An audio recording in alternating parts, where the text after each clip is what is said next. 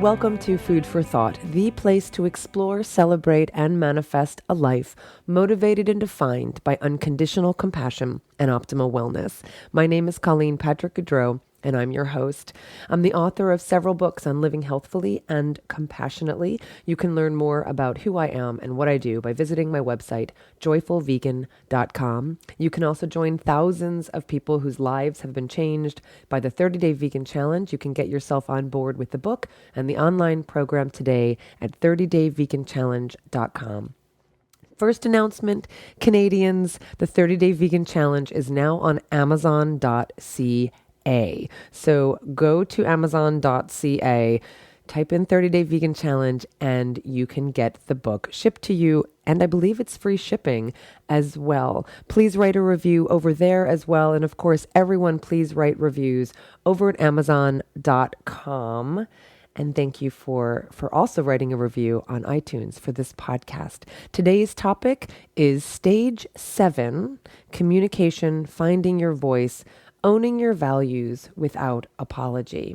Today's episode is made possible by listeners like you, I kid you not, and with the help of the American Antivivisection Society at aavs.org. They are one of the oldest animal protection organizations in the United States, ending the use of animals in science through education, advocacy, and the development of alternative methods. They are instrumental behind making sure that your tax dollars do not contribute to research that benefits the meat industry, because right now they do through the U.S. Meat Animal Research Center. Its sole aim is to minimize costs and maximize profits for the meat industry. And a recent New York Times investigation revealed shocking animal cruelty and neglect, which takes place because there is no federal law protecting animals used in agriculture research. The Animal Welfare Act specifically excludes cows, pigs, and sheep from coverage when used in agriculture research. Only Congress can stop this horrific animal suffering. In response to this cruelty, a bipartisan bill was introduced in Congress. It's called the Animal Welfare in Agricultural Research Endeavors Act. It's AWARE. The AWARE Act will amend the Animal Welfare Act to include protection for animals used in animal agricultural research at federal labs. Contact your legislators today and ask them to support the AWARE Act. The bill is steadily gaining support in both the House and the Senate, but we need momentum to continue. And you are the one who can do this. So please go to aavs.org/meet. Thank them, AAVS, for the work they're doing, and find your legislators and ask them to support the AWARE Act. So again, aavs.org, and thank you for speaking for the animals, and thank you for supporting this podcast with all the content I'm creating on a daily basis. I really could use your support. If you want this to continue, please go to joyfulvegan.com and become a monthly patron or make a one-time donation. Your support is needed more than ever before. I am quite literally creating content every day via social media channels, via this podcast, via the vegan POV videos that I'm doing. I'm doing a Google Hangout cooking demonstration today, actually, by the time you hear this podcast, and we'll continue to do more. So if you value this content and want to see more, please go to joyfulvegan.com and support this work. So in this episode, we return once again to our 10 stages. What happens when you stop eating animals? You can go to the episode called From Consumption to Compassion, the 10 stages we go through when we stop eating animals, and then listen to the episodes on stage 1, 2, 3, 4, 5, and 6. Or you can just listen to this one and then be incredibly excited and motivated to listen to that first one so you understand the context in which I am writing these particular episodes. You can listen in any order you like, or you can identify the ones you like most and start there. It's okay if you don't listen in order because, as I've said, these stages are not necessarily linear. I do think there are a few that we go through initially, like the voracious consumption of information and the evangelism and the coming out. I do think those are really very much the early stages. But these are not mandatory stages. You may never go through any of these stages, but I think you will. And you may find that you go through some of them very quickly. You may stop and get stuck in one of these stages without realizing it. The point is that these stages are fluid and flexible, and they're observations based on the thousands of people I've heard from over the years, and of course, based on my own observations and experience. So just to recap, stage 1 is validation and voracious consumption of information. Stage 2 is remorse. Stage 3 is coming out. Stage 4 is evangelism or vegangelism, some people call it. Stage 5 is grief, anger and sorrow. Stage 6 is belonging, finding community. Stage 7 is communication, finding your voice. Stage 8, which will be coming up soon, is expansion of awareness and skills. Stage 9 is advocacy, where do I fit in? And stage 10 is integration and adaptation. So we're on stage 7 today, moving along. I'm really excited about that. It's communication, finding your voice, and speaking up for your values without apology. This is the stage at which you find that you're becoming more comfortable in your own vegan skin. You're finding your voice. You're learning how to speak to people who may just be curious about veganism or animal issues, but you're also learning how to speak to people who push back when you tell them that you're vegan, or who are hostile or passive aggressive or disrespectful. You learn the importance of finding your voice, of being unapologetic about living compassionately and healthfully, and you're learning effective communication skills to be the best ambassador of compassion and wellness. Now, I honestly do feel and know that I have talked about the importance of compassionate communication so often over the years in this podcast, of course, and of course in my lectures and in other mediums. If you are interested in listening to some of these podcast episodes that cover communication, check out those titled, I'll name a few: Disagreement is Not Disrespect, Conversations with Strangers, Turning the Tables, Speaking Your Truth, Developing the Negative, Being the Vegan in the Room, How to Talk to Hunters or anyone else with whom you disagree. I know that's helped a lot of people.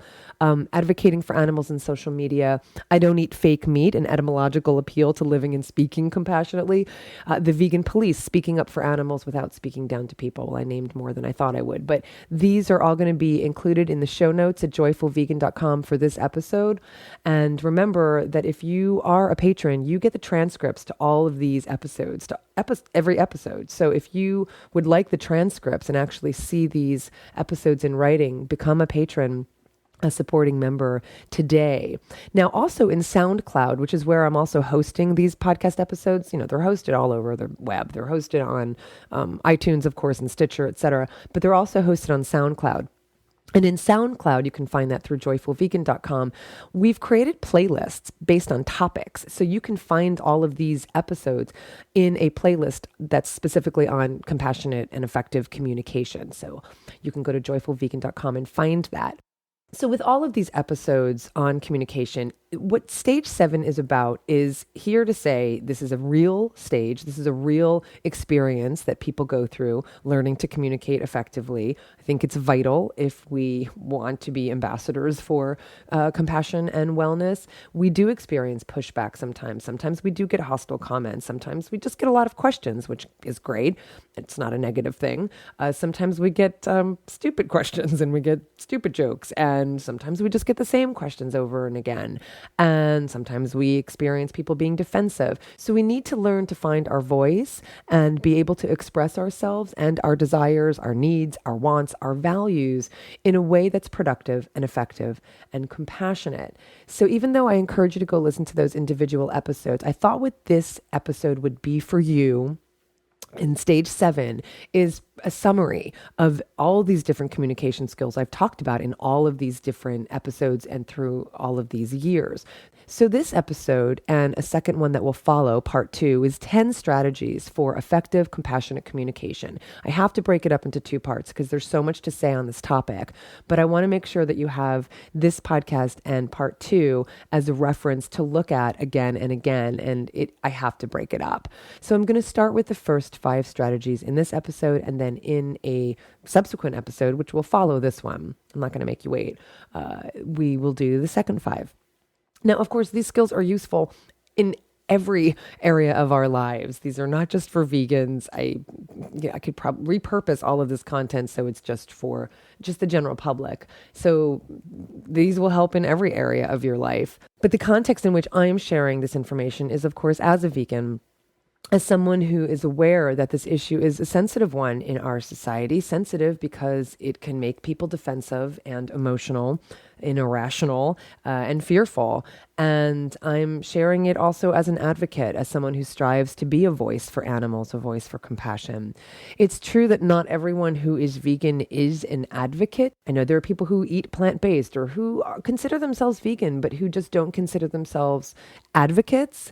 But I have to say that I think we're all ambassadors, whether we like it or not. Whoever we are, however we live, however we identify ourselves, we're always giving off and picking up cues all the time about how to behave and who to be. And I think each one of us has a responsibility to be models of compassion, of ethics, of respect. I mean, we're always modeling how to behave, right? We don't live in bubbles. So we're always ambassadors of this. It's one of the reasons I'm always frustrated by how much weight we put on celebrities or anyone who's a public figure and how they should act, or how they shouldn't act or should act. I mean, just in terms of how they're role models for young people and they're role models for, for everyone else. We're all role models. They shouldn't be held to any higher ideal than all of us as non-public figures, just as individuals. We're all models for young people and old people and all people. So even though we may not call ourselves advocates, I think we are, whether we like it or not, and whether we identify as advocates or not. So of the 10 strategies, the first one that I think is vital to being an effective and compassionate communicator is, number one, create intention. I think every conversation we have with people begins in our minds before we even open our mouths. How we perceive the person, how we perceive the situation, how we perceive ourselves has a huge impact on the experience and the outcome of the engagement. So for instance, if we go to a non-vegan restaurant with colleagues, and of course we want to eat something edible, if we perceive ourselves as being problematic or difficult, then we'll project that in our behavior and in our language. We might apologize profusely for asking for what we want, or we might not ask for what we want at all because we don't want to call attention to ourselves or be perceived as being a pain in the butt, right? And so creating our intention and adjusting our perception happens before we even step into that restaurant and order. If our perception is that asking for what we want in a place where we're paying, I mean, we have a right to ask for what we want wherever we are, but in a restaurant, we're paying. So of course we have the right to ask for what we want. So if our perception is that it's okay to ask for what we want, and our intention is to speak our truth respectfully and joyfully without being attached to how that will affect someone else, then we will have a very different experience. So we'll go into that restaurant feeling empowered rather than apologetic. And that starts with your intention before you even drive there. I create an intention before every type of communication I encounter, whether it's an interview, a call with my mother, a public lecture I'm giving, a podcast I'm recording. I create the intention of what I want that experience to be. And sometimes it's a different intention every time, but I have a mantra that I say before each of these occasions. I think I may have shared this with you. And it's just this, it's really this kind of knee-jerk reaction I have before I'm about to do something, before I'm about to have a conversation with anybody, or like I said, publicly speak or record this podcast. My mantra is put the words in my mouth, the love in my heart, and help me to tell the truth. It's just this little kind of mindfulness that I have at that moment. So put the words in my mouth, the love in my heart, and help me to tell the truth. That's the intention I want to bring to every situation. Perhaps the intention is to be open, to be non-judgmental, to be patient, to be sincere. Adjusting that in your mind first, especially before what you anticipate to be a difficult or emotional encounter, will make all the difference. So create your own mantra. Whatever you do, create intention. Number 2, practice active listening. I could create an entire episode just on active listening. Listening requires such skill, and the only way to gain it, the skill, is by practicing it. So often, especially as advocates who want to always say the right thing, the thing that's going to be the words that inspire someone to stop eating animals, the thing that's going to actually make them change their minds and change their behavior. We're so focused on talking rather than on listening. But the latter is a huge part of the communication equation, if not a more important part.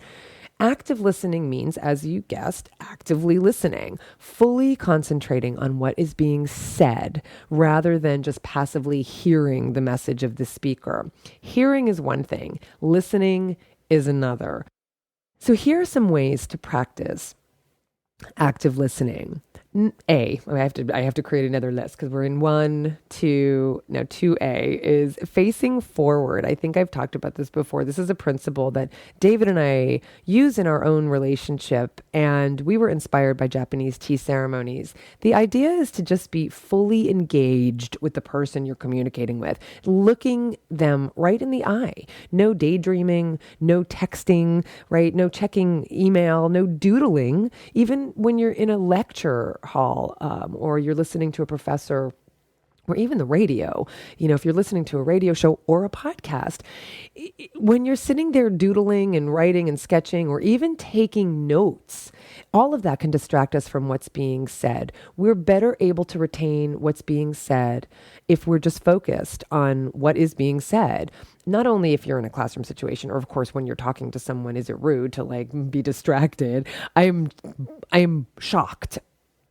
Absolutely shocked that people will have a phone in front of me and texting or pick up the phone if a text goes off while we're having lunch or something. I don't understand this. I mean, there was a time when we understood that if the phone rings, our voicemail will pick it up, unless it's an emergency or unless we are expecting a call, or, sometimes I'm with friends who are mothers and we're taking a walk and, their kids are with the babysitter, or the kids are alone for just a few minutes while we're taking a walk. I understand that, they need to kind of check the phone if the kids are calling or something. But I don't think that's always the case. And I'm just shocked that people will be texting or check a text or just answer someone where it's not that important in front of someone they're talking to. It blows my mind. And I think we can all be so much more mindful when we're communicating with each other. So face forward, just completely face forward and listen and pay attention to what is being said. B, pay attention to nonverbal cues. Actively listening means showing your interest in what the person is saying by nodding, by smiling. You might say, interesting, or I see. Really just kind of, maybe even in your mind, because it can be annoying if you're just saying that out loud while someone's talking. I see. That could be annoying. But in your head, just really absorbing what they're saying, even repeating it while they're talking in your head so that it takes energy to listen. It's pretty amazing. But the person will know you're listening because you're looking them in the eye and because you're giving them nonverbal cues.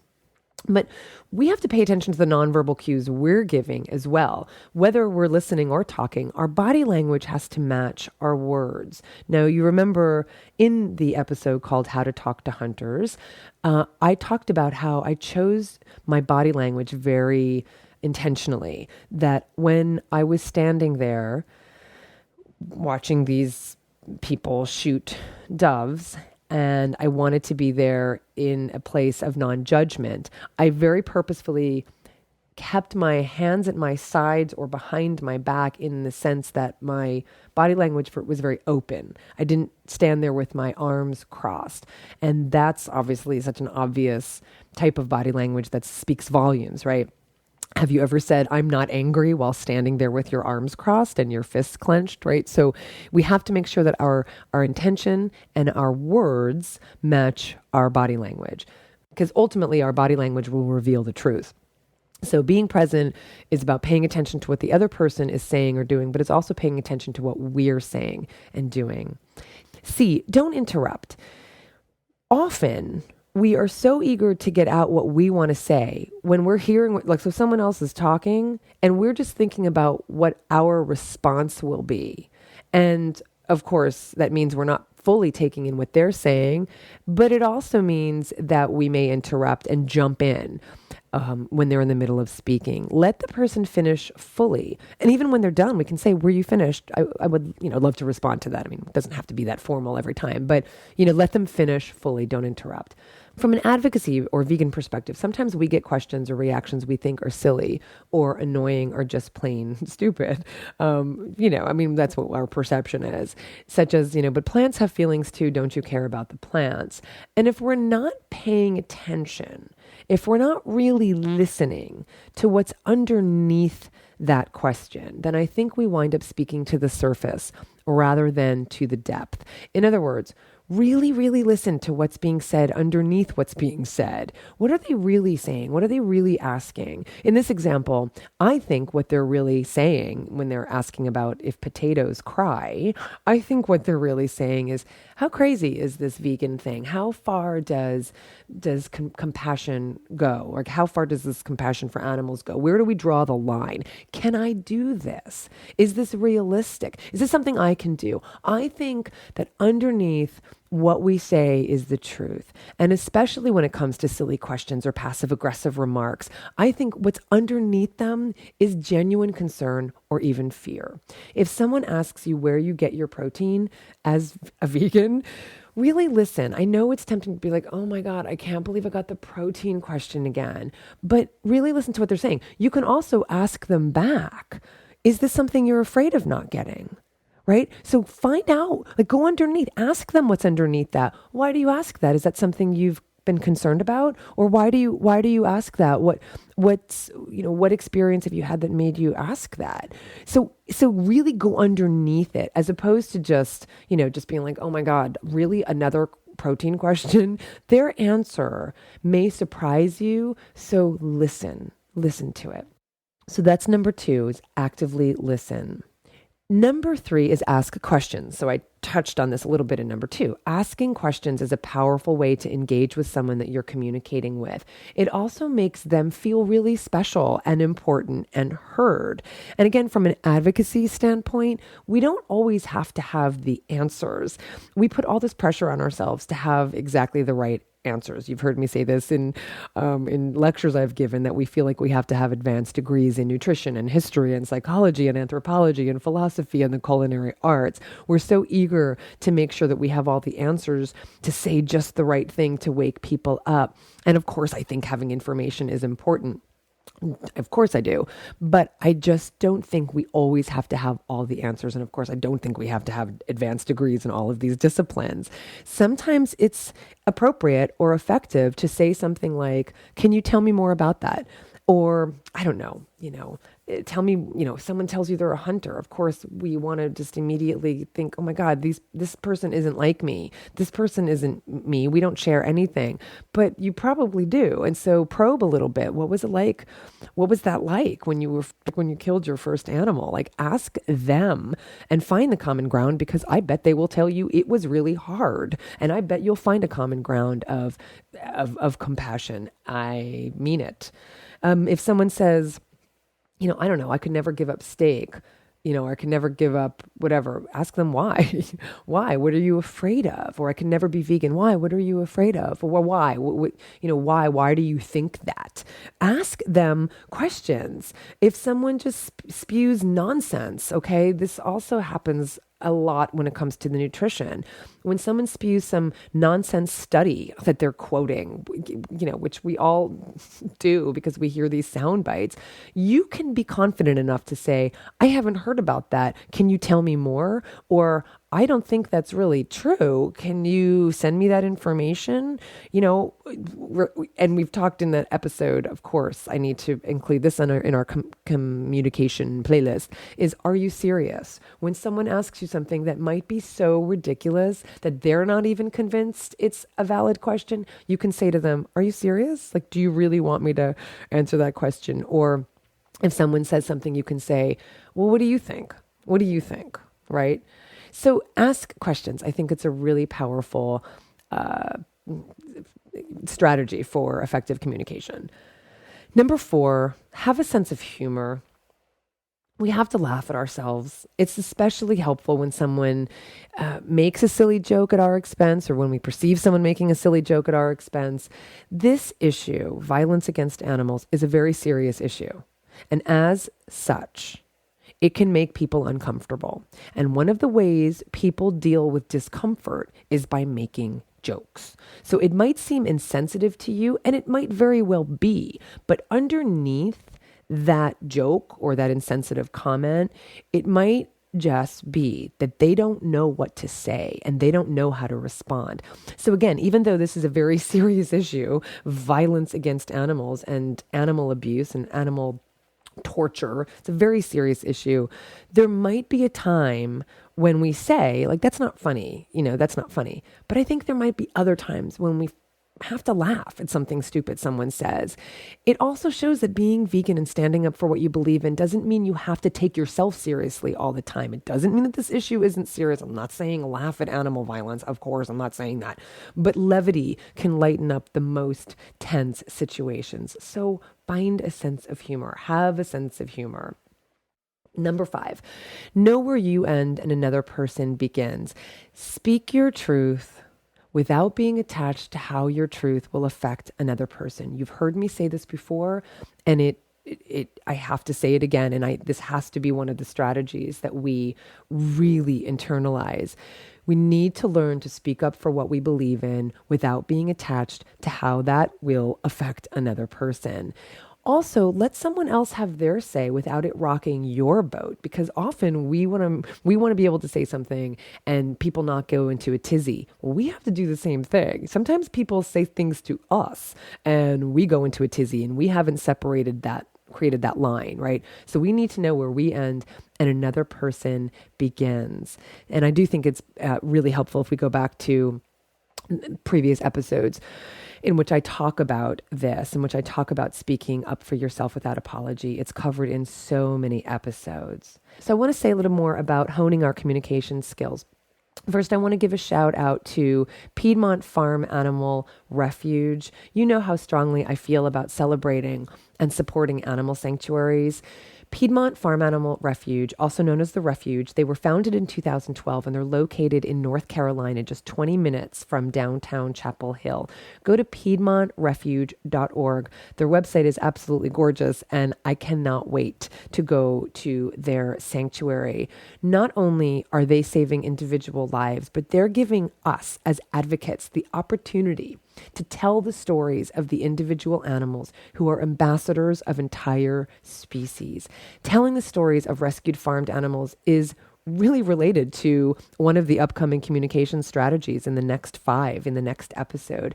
You can visit the Refuge in person, or you can go on the web, go to piedmontrefuge.org to meet their rescued chickens and turkeys and ducks. And they're also creating this incredible space, 20 acres of pasture and woods, where they're going to be able to provide top-notch lifelong care to sheep, goats, pigs, and cows who come from lives of abuse, neglect, and abandonment. They began rescuing the turkeys and chickens in 2014, and they're currently in the process of building a barn for the goats and the sheep, who will be welcomed this summer. Fundraising efforts are underway to allow them to welcome all of these animals within the next 2 years, rescuing, saving animals who are victims of abuse and neglect.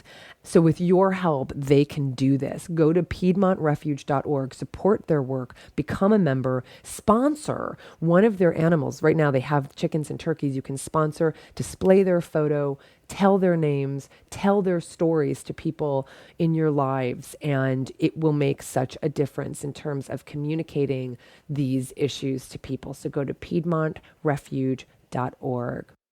Learning to communicate well is not only about talking, it's about listening. It's about being aware of the nonverbal cues we convey and the nonverbal cues of the person talking.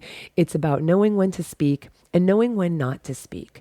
Of course, we learn how to communicate from our families of origin, our parents, our siblings, our immediate family, and then society around us. So even though we may have learned to communicate one way, for better or for worse, it doesn't mean we can't learn others. Communication is a skill. By practicing, we can absolutely internalize and make these skills part of our repertoire. One thing I learned as an adult is that what we learn isn't just the result of direct teaching or implicit messages. We also learn how we want to behave based on mistakes we've made or mistakes other people have made. We learn to emulate and we learn to reject what we see as not being optimal or effective or useful or compassionate. For instance, I come from a family of great talkers, not great communicators. There is a difference. Some in my family were great storytellers, but they weren't great listeners. Some interpreted disagreement for disrespect. Some inferred that when you argued with them, like in the classical sense of the word, just trying to have a debate, you were making a judgment about their intelligence. Some inferred that when you stood up for what you believed in, the implication was that you were putting someone else's beliefs down. Some took much of what you said personally and couldn't engage in a verbal debate, a respectful verbal debate, without being emotionally offended. And even though some of these things rubbed off on me, I had to learn new skills. I had to unlearn some of these old ones and relearn new ones. And I'm still learning, of course. Of course, I'm still learning. That never ends. But I also took what were frustrations for me and turned them into skills. Truth be told, neither one of my parents are great listeners. It was just one of the things that was really frustrating for me growing up because I'm a talker, I'm a communicator. And I learned long ago that they were not going to change. They never will. They haven't yet. They're not going to. And I learned long ago that what was more important for me than lamenting what my parents didn't give me was for me to give what I didn't get, right? So in other words, I learned to give to others what meant so much to me, the courtesy of listening. So what we don't receive can be transformed into what we give. What we want but didn't get can be transformed into what we give. So in a way, that's the beauty and the irony of it all.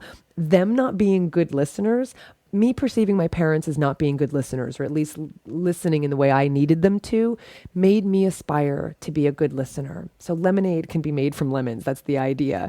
Our greatest difficulties can very much become our greatest lessons and our greatest gifts. Now, ironically, I'm in the position to practice and use these communication and listening skills more than ever. I mentioned on a podcast over a year and a half ago that my mother had heart valve replacement surgery. That was at the end of 2013. And it turned out she had a stroke when she was in the hospital, and it affected her speech. She essentially has what's called aphasia, which is a fancy way of saying that part of her brain that controls language had some damage to it. She didn't lose her speech, thank goodness. And it's pretty mild, relatively speaking, no pun intended, but she has trouble articulating what she wants to say. The words and thoughts are in her mind, but she has trouble saying them. So she stutters in an attempt to say them. She gets frustrated. She struggles. And it's really affected her, and it's affected her social life. And it's really painful to watch her struggle. And it's also difficult because it's difficult to see where the line is for aphasia and for dementia. And that's kind of the direction I'm looking in right now. And so as a result, my need to be a good listener and communicator with her is heightened like never before. And it's such a gift in the sense that communicating with my mother has always been difficult for me my entire life. And that's a topic for an entirely different podcast. But now here we are at this stage in her life where I'm fully committed to being there for her, to listen to her with patience and attentiveness and generosity, and to giving her the gift that I used to long for from her. And so listening wasn't the best skill my parents had, but they had many others. I also grew up in a family who had a huge sense of humor. My family just valued laughter so much. My mother has always loved to laugh. My father has always loved to make people laugh. And so in this case, this is a trait of theirs that I didn't reject. It's a trait that I've always valued. I love to laugh. I love to make people laugh. I always have.